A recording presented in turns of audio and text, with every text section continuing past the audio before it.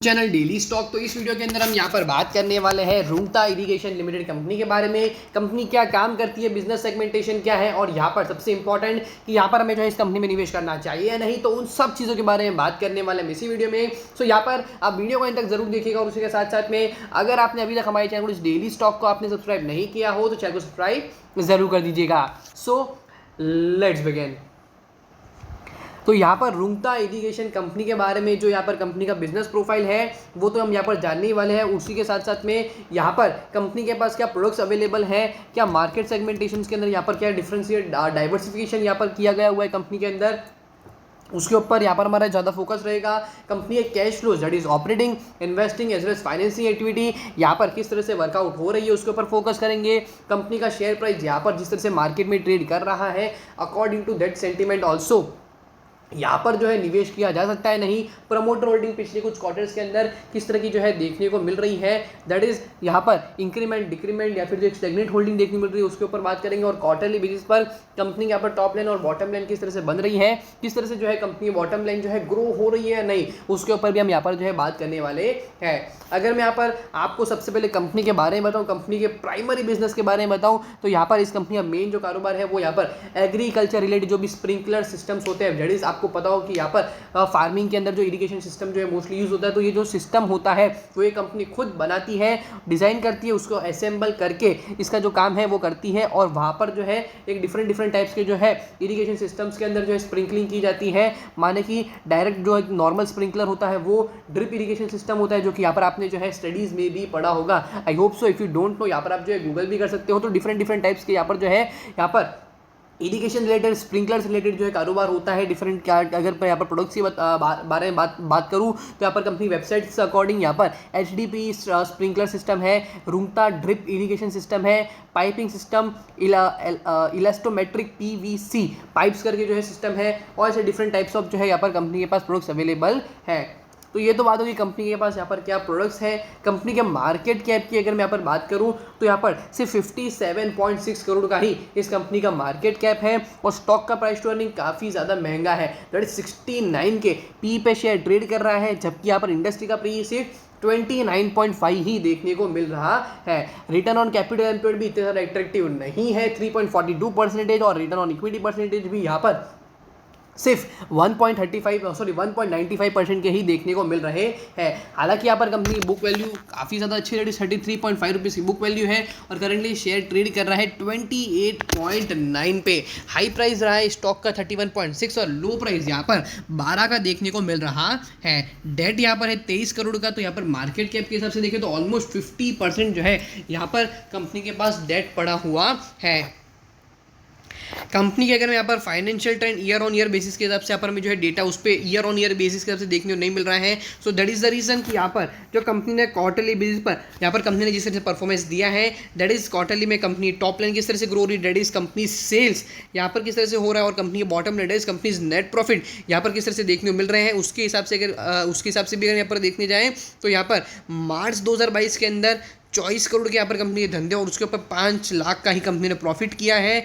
और यहाँ पर अगर देखने जाए जून 2022 के अंदर तो 20 करोड़ के रेवेन्यू के ऊपर यहाँ पर कंपनी ने 46 लाख रुपीज़ का धंधा किया है, और सितंबर के अंदर 21 करोड़ के रेवेन्यू के ऊपर यहाँ पर कंपनी ने सिर्फ 3 लाख रुपये का ही प्रॉफिट कमाया है। अगर मैं यहाँ पर 4 क्वार्टर का भी अगर हम देख भी ले तो भी हाईएस्ट टू हाईएस्ट यहाँ पर 1 करोड़ से ऊपर के जो है कंपनी के यहाँ पर प्रॉफिट आना मुश्किल है। ऐसा यहाँ पर मुझे जो है पिछले 3 क्वार्टर के रिजल्ट्स एज वेल एज यहाँ पर सितंबर 2019 से जो कंपनी जिस तरह से बॉटम लाइन देखने को मिल रही है उसके हिसाब से मैं यहाँ पर बोल रहा हूँ।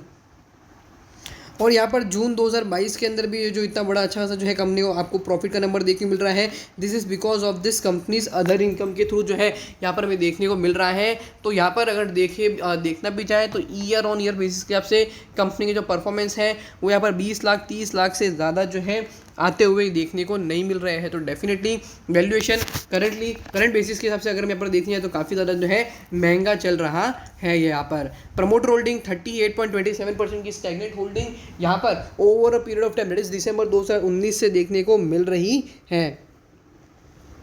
गवर्नमेंट होल्डिंग यहाँ पर सिर्फ 0.56% और पब्लिक होल्डिंग यहाँ पर मेजोरिटी 61.17% का जो है देखने को मिल रहा है। बट उसके अंदर से भी बड़ी बड़ी पार्टियों ने यहाँ पर जो है ऑलमोस्ट, अगर यहाँ पर देखनी चाहे तो ऑलमोस्ट यहाँ पर 50% का जो स्टेक है वो यहाँ पर बड़े बड़े प्लेयर्स के पास पड़ा हुआ है। अगर मैं यहाँ पर सब प्रमोटर होल्डिंग को अगर यहाँ पर ऐड भी कर लेते हैं तो यहाँ पर लेट्स सी कि यहाँ पर हमें जो है कितनी होल्डिंग जो है देखने को मिल रही है। तो यहाँ पर डेफिनेटली ऑलमोस्ट 50% का जो निवेश है वो बड़े लोगों के पास है, और तो यहाँ पर सिर्फ रिटेल के पास 11% की इन्वेस्टमेंट जो है पड़ा हुआ है। नाउ लेट्स सी इसकी कंपनी के कैश फ्लोज जो किस तरह से वर्कआउट हो रहे हैं। तो कंपनी का अगर हम यहाँ पर ऑपरेटिंग एक्टिविटी देखने जाए तो डेफिनेटली यहाँ पर कंपनी जो थोड़ा बहुत कमा भी रही है, उसके ऊपर भी अगर हम यहाँ पर देखें तो कैश फ्रॉम ऑपरेटिंग एक्टिविटी के थ्रू यहाँ पर हमें माइनस में जो है देखने को मिल रहा है। तो ये जो चीज़ है वो डेफिनेटली काफ़ी ज़्यादा नेगेटिव है, that is -6 crore. Cash from investing activity on the other side if we see that is -0.72 crore, और उसके अंदर से भी यहाँ पर कंपनी ने फिक्स एसेट्स 2.5 करोड़ के खरीदे हुए हैं। और फाइनेंसिंग एक्टिविटी के अंदर यहाँ पर कंपनी ने इंटरेस्ट तो पे नहीं किया, बट यहाँ पर डेफिनेटली कंपनी जो है अपना रीपेमेंट दैट इज बोरोइंग्स जो है वो रीपे कर रही है।